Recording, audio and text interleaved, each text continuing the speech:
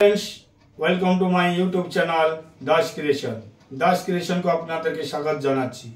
আজকে দাস ক্রিয়েশন আপনাদের জন্য একটি সুন্দর মেনু নিয়ে এসেছে। সুস্বাদু মেনু, সবার পছন্দের একটি মেনু। সবার এটা বাচ্চারা খুবই পছন্দ করে। গরম সময়ে এটা প্রচুর চলে, এই মেনুটা বিয়ে বাড়িতে যে কোনো অকেশনে গরম সময় খুবই পছন্দ করে সবাই।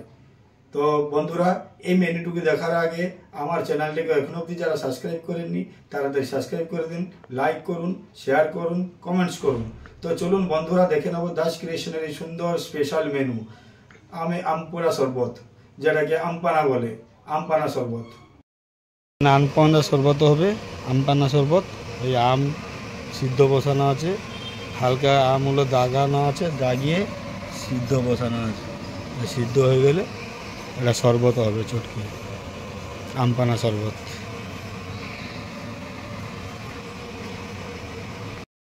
দেখেন আম কীভাবে ফুটছে, দেখেন প্রায় হয়ে আসছে, আর অল্প একটু ফুটলে সিদ্ধ হয়ে যাবে। সিদ্ধ হয়ে গেলে এটাকে নামিয়ে দেবো আমটাকে।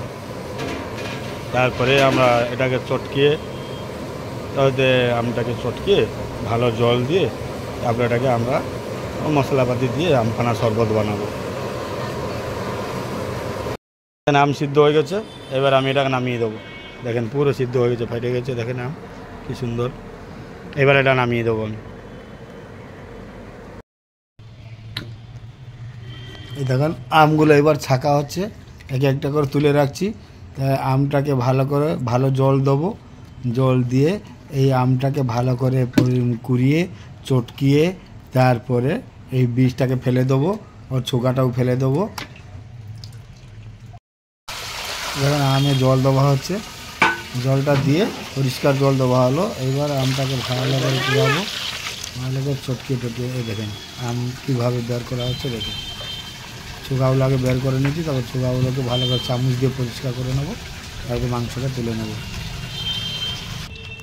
এই দেখেন আমটাকে এরকম কীভাবে জল দিয়ে চটকানো হচ্ছে। এরপরে কুড়িয়ে এই যে ছোকাগুলো বের করা ছিল কুড়িয়ে এটা পরিষ্কার করে দিচ্ছি, মাংসগুলোকে নিয়ে নিচ্ছি। তারপরে এইটাকে নিয়ে ভালো করে চটকিয়ে মিক্সিতে দিয়ে নেবো। মিক্সিতে দিলে পরিষ্কার হয়ে যাবে, পুরো মিহি হয়ে যাবে, কোনো দানা থাকবে।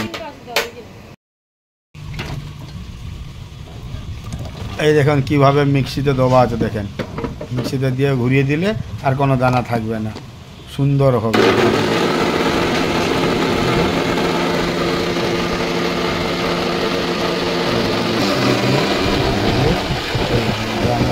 গ্রামে আমপানা শরবত ঘুরিয়ে নিয়ে এবার ড্রামে ঢেলে দেবো। ড্রামে ঢালা হচ্ছে, এইভাবে পুরোটাকে ঘুরিয়ে নেবো।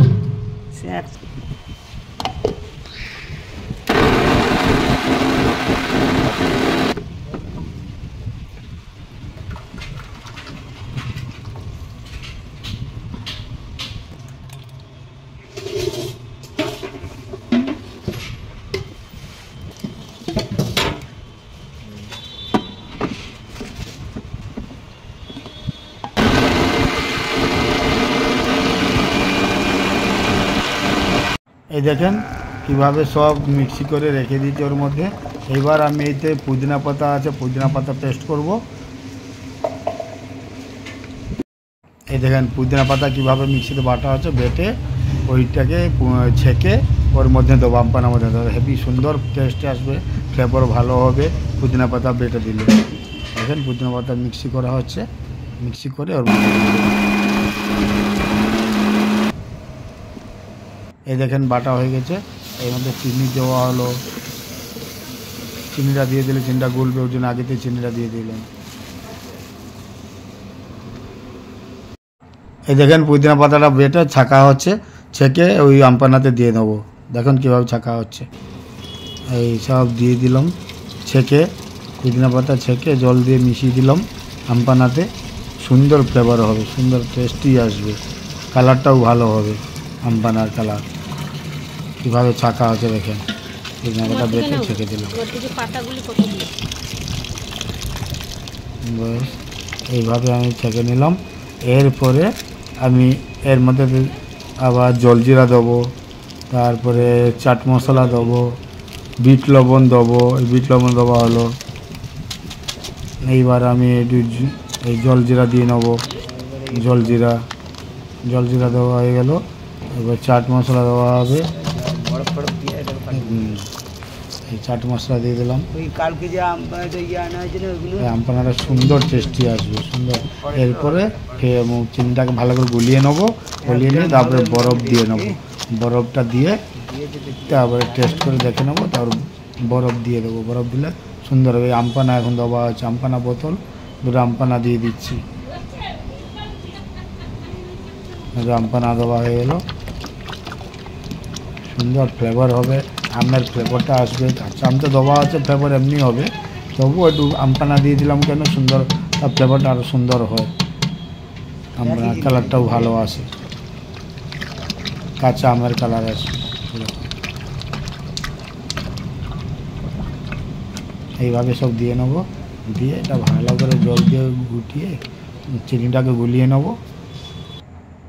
আবার জল দেওয়া আছে, দেখেন জল দিয়ে একটু মিশিয়ে নিলাম।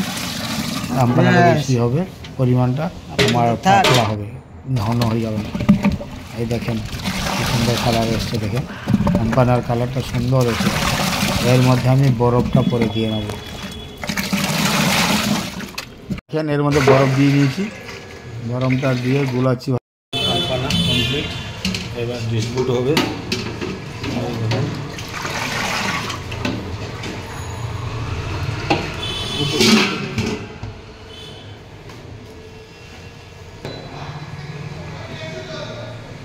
এই আমপানা কমপ্লিট।